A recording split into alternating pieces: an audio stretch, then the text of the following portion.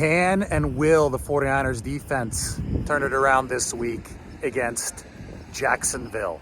I think that it's a good opportunity for this unit. The Jaguars haven't been great offensively, number 13 DVOA, and they've been especially bad in pass protection, number 31 pass block win rate. Trevor Lawrence has had to get rid of the ball quickly, but obviously that is the kryptonite, or has been the kryptonite for this 49ers defense. The coverage hasn't been good enough, and it hasn't tied well enough into their pass rush. But I do think that Steve Wilks, he's going to get this turned around from a coverage standpoint. He's got some favorable matchups to work with against Jacksonville. The best one for him should be the fact that the Jaguars' leading receiver is their tight end, Evan Engram. Over 50 catches already this season. He's 6'3".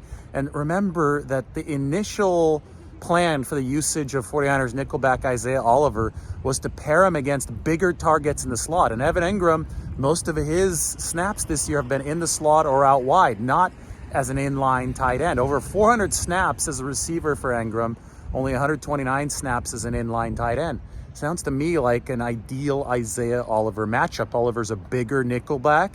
He struggled against the shiftier slot receivers this year. Christian Kirk, for the Jaguars, he's one of those shiftier slot receivers, but you can pair Isaiah Oliver on Engram and then use one of your corners on Christian Kirk. I think that's going to be absolutely necessary for the 49ers in this football game. But you have Deommodore Lenoir. You have Charvarius Ward, who's probably going to see his share of Calvin Ridley. The key is, and I think the 49ers are going to return to a little bit more zone coverage here moving forward. The key is to figure out how to most effectively use your defensive backs so that Trevor Lawrence has to go to the kill zone, which is shorter throws that the 49ers can rally and tackle.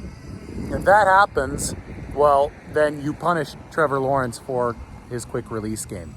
If you punish him for his quick release game, if that's not efficient, he's got to hold on to the ball an extra hitch or two. If he holds on to the ball extra hitch or two, that's where Chase Young in his first game as a 49er can eat, just like he did in the olden days, alongside or opposite Nick Bosa. That's what happened at Ohio State, and that's what the 49ers want to do against Jacksonville's weak offensive line in this game. So, favorable matchup.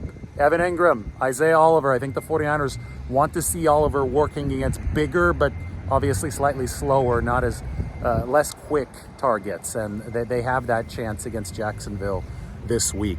Important that the 49ers defense turn it around.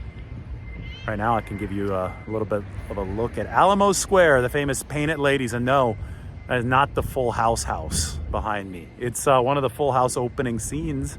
People were having a picnic in Full House at the start at this square in San Francisco. But the Full House is actually over at 1709 Broderick, just north of here, a few blocks north of here. All right, everybody take care.